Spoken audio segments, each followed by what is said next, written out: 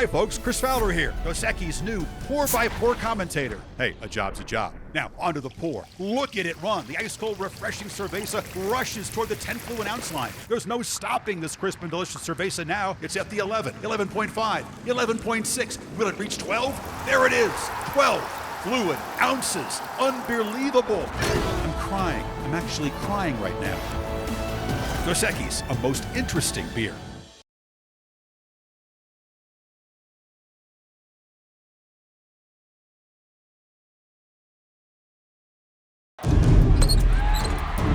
The one thing about last year's team that was, interesting, you kind of are building off of two really, really good years. You start to see some positive signs of, the program that Coach McCasland and Coach Hodge, what they're trying to create culture-wise and within the team.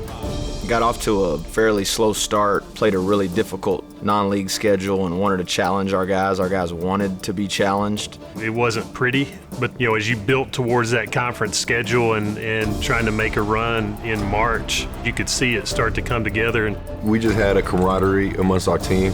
Guys were really together. We was all just one, man. We was just clicking at the right time with each other. This is what led to success on the court. When you have a team like that and you have the coaches, the way we do, that put us in the right positions and everything, it makes it a lot easier.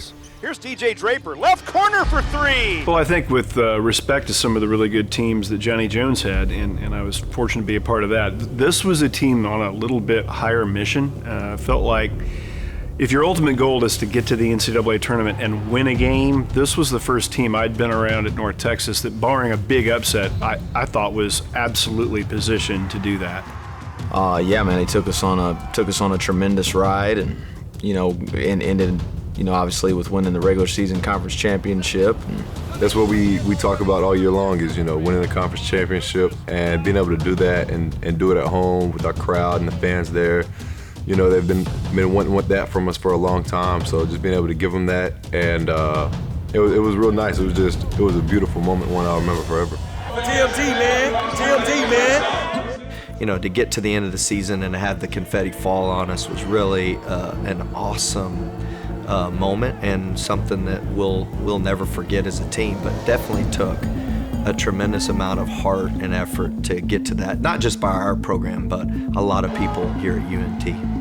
When you put yourself in a position to win a regular season championship, potentially go into a tournament setting and have the opportunity to go represent your conference, those windows just don't come together. I mean, it's difficult to do. I mean, even the really good teams, you're just one loss away from that door being closed on you. And so for these guys to have, 3 years prior, kind of built up to this moment.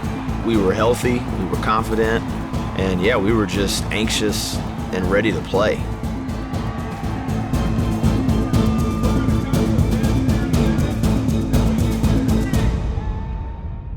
First, we was on the bus. We were going to shoot around because we had a 7 o'clock game. Ren and I were up in kind of one of the suite spaces watching the courts, and you started seeing these reports come out that multiple tournaments had halted activity and halted their games for the day, and literally within 30 minutes Ren went off to a room with the other administrators, conference leadership, and they made the determination that we were going to follow suit. That they had canceled our game, because of the COVID situation. And after that, the whole team went upstairs and we got our bags. Say we're gonna get later news, at the hotel, and they tell us it's all canceled. So then we're sitting there and our mind is, okay, we won our conference. That means we're gonna go to the NCAA tournament. We are the representative for the NCAA tournament, so there's still hope, and trying to relay that we need to stay prepared for what's next and how do we do that. So in one moment, you're telling the team that we're not playing FAU in the first round of a tournament. We're thrilled about playing, but there's an opportunity for us to still play in the NCAA tournament as we would be the representative if they proceed. So we were really excited. We were on our way back to Denton, getting ready to go practice and get ready for it. And that's when we got the second call that the NCAA tournament had been canceled, and that was devastating, because then there's a finality to the end of the season, and that's always the part that you dread. So, I mean, that hurt. So we was just crushing, like we didn't know what to do. You know, obviously we've been working so hard. You know, yeah, we won the regular season, but we wanted to win the Conference USA, you know. You know, we talked to the seniors and had them at the basket and just tried to honor them and be grateful for the Conference USA championship. The reality for the DJ Drapers and Roosevelt Smarts is they did experience a championship here. They were a part of the CBA title run. They were a part of just this reclamation project. They tasted success, but I absolutely felt sorry for them. I felt sorry for everyone associated with the program that puts in all the hours. But that moment was tough because of the people that you love, and I didn't see it coming. I mean, because I always hoped we'd play in the NCAA tournament and didn't think that was really what was going to happen. And I don't mind telling you, and I'm not alone in this, a lot of us, I think, were pretty emotional that night because it was a major rug ripped out from underneath a program that was headed so violently in the right direction that it just did not seem fathomable.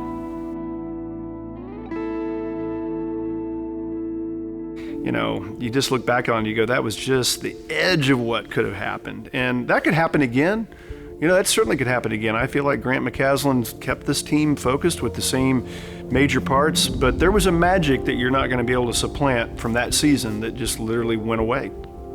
There was no blueprint of what is next. You know, what are we even going to be able to gather? Are we going to be able to have an off season? It was like literally playing out in real time. To have that little period in breaking time where you're just sitting there like you don't know if you're going to play a season it was challenging mentally. Places are closed down. We couldn't get into our practice facility, so just finding ways to, you know, work out, stay in shape, and just stay committed to, you know, what we're doing here at North Texas as a basketball program was rough.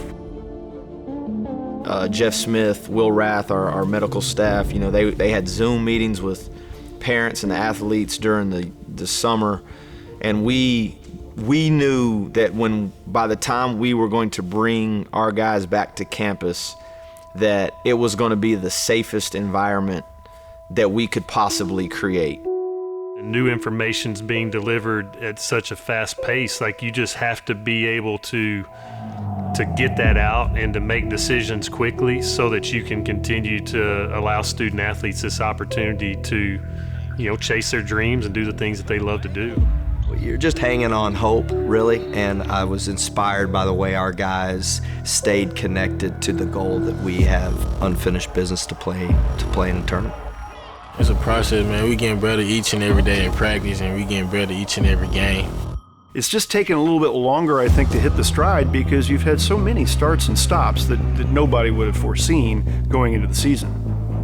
Being in control is an illusion as it is. I mean, none of us are really in control of anything other than the fully right now in the moment.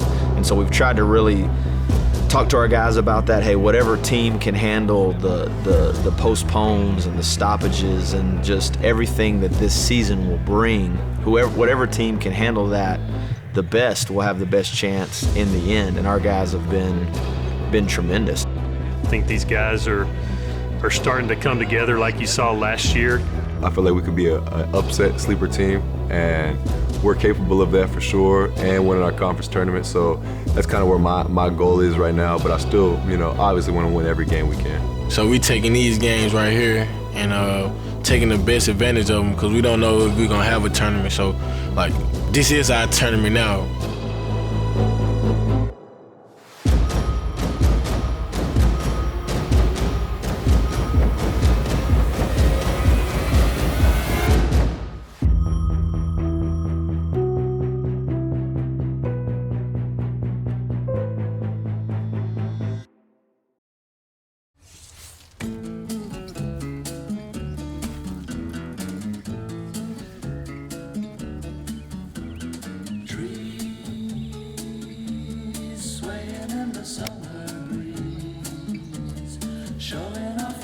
silver leaves as we walk by. Soft kisses on a summer